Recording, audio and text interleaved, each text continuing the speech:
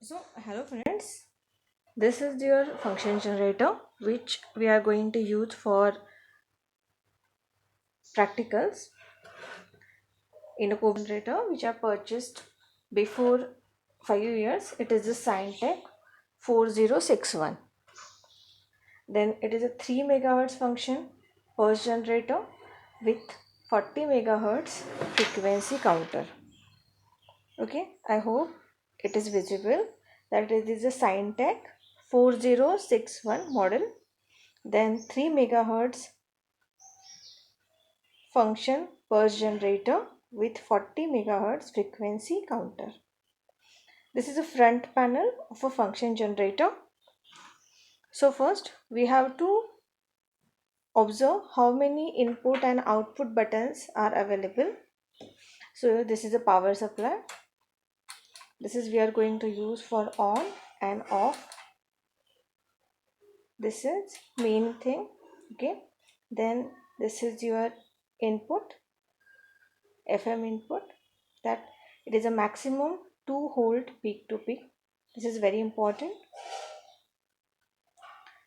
This is used for frequency modulation input. This is frequency range you are going to select. Then this is a function, which function you want. This is modulation. This is for attenuation. This is for menu. The same function generator can work as a counter.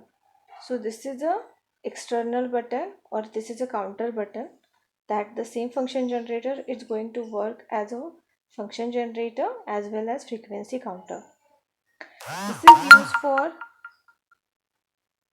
the main button. This is used for function generator as well as counter.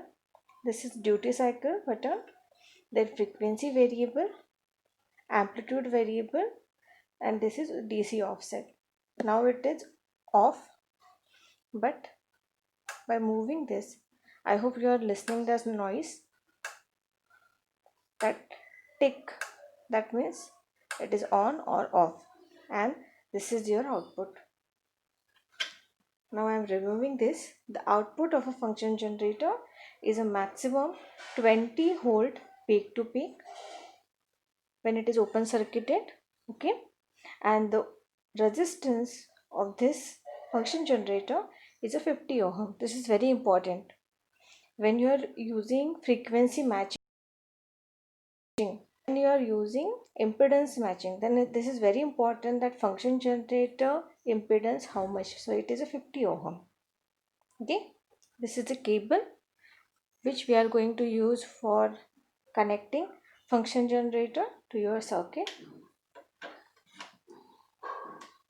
Okay, so this is a coaxial cable.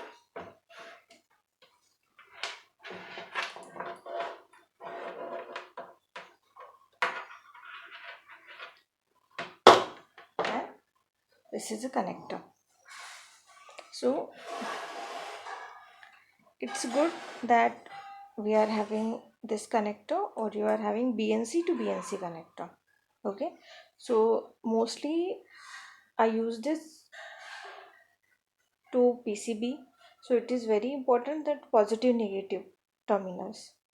So these crocodile pins are very useful to connect positive negative terminals. Okay, now back panel, you can see there is a stand for function generator. So open those stands. Now it's properly visible how many things are there in your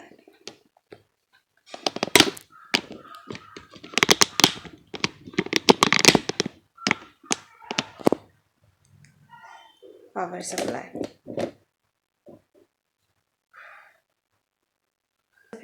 So first it is a Scientech make name 4061, then function generator, then frequency. What is there initially, it is a 1 kilohertz.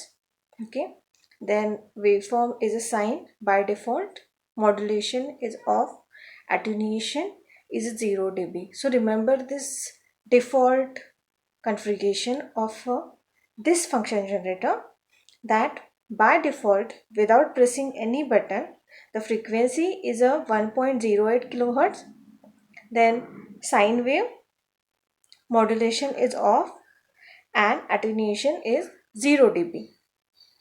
Okay, so now first of all I am going to tell you what is a function of each and every button. Okay, so this is a frequency range.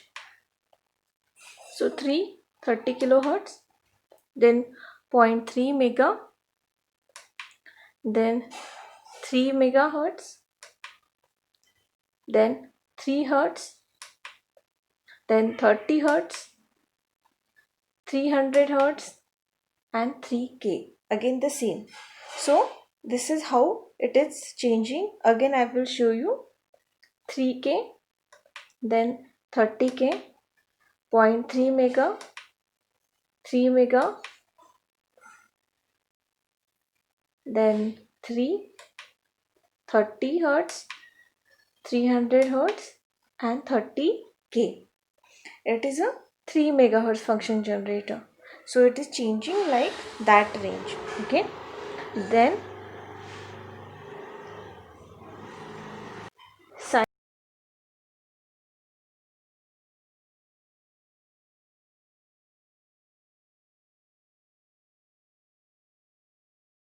sine function, sine, square, triangular, ramp, pulse, TTL, and again sine. So how many functions are possible? Sine, square, triangular, ramp, pulse, TTL. So 6 functions are possible by using this function generator. Then modulation, FM. If you want modulation, you want FM or it is off. Then attenuation, 20 dB, 40 dB, 0 dB.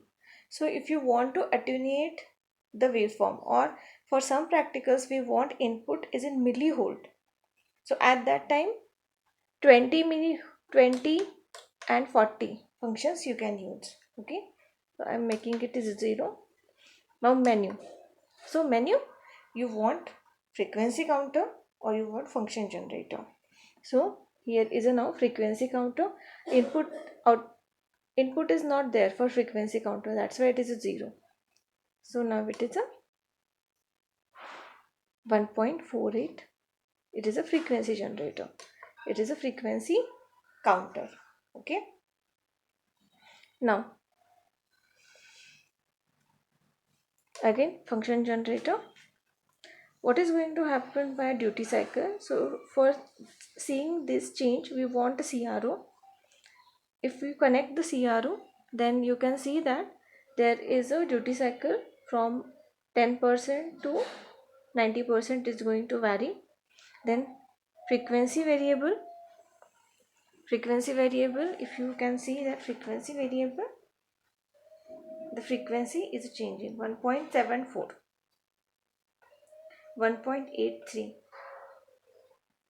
2.33, and maximum 3 kilohertz, because the range is a 3 kilohertz. Okay, always remember when you want to change next frequency level, make sure that the button is at minimum, so your function generator life is very long. This is a very small thing, please remember that. Then amplitude variable. So amplitude we can vary by using this. So maximum it is a 10 volt peak to peak, and minimum 5 millivolt till we can go. Okay, so I hope you can understand now how the function generator is working, or how many buttons you want to remember for smooth conduction of function generator. And this is the first component you want for your practicals in a lab. Thank you.